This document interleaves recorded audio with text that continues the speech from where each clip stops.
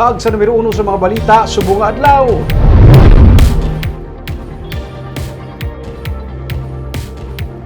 Ginapatukod nga structure kag ginpauntat sang syudad sa Bacolod sa Barangay Tangub sa Bacolod City mangin venue sa pabulang sa barangay para sa ilang pista. Ma-report si Nico Delphi.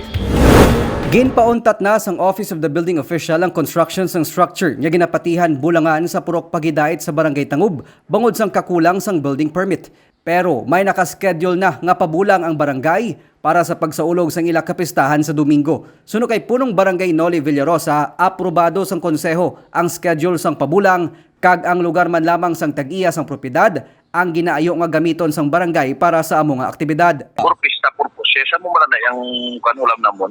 This is kung sa ubo ginasikaso na da nga siyempre may mga penalties na.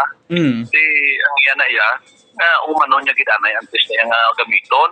Yung galing kami gayo kami wala kami putangan mo. Kapangita kami sa opinion naman sa elementary na kulang pa diya lang kami nga dito kami ang pabulang sa elementary.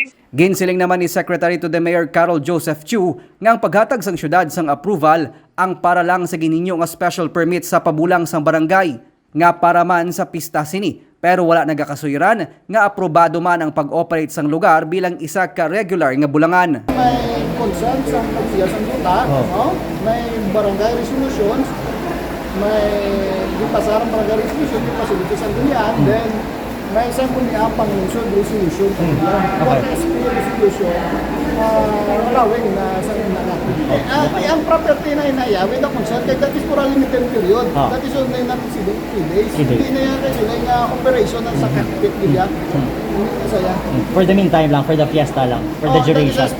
Special granted. Not exceeding 3 days. Amo na yan ang ginagawa na. Gindugang naman ni Villarosa nga luyag naman sang tag-iya sang propiedad nga maglikaw sa mga issue. Amo nga bisan siya ang may pagduwa-duwa na kung dayunon o kung hindi ang pabulang sa barangay. Nico Delphin para sa DGCast Negros.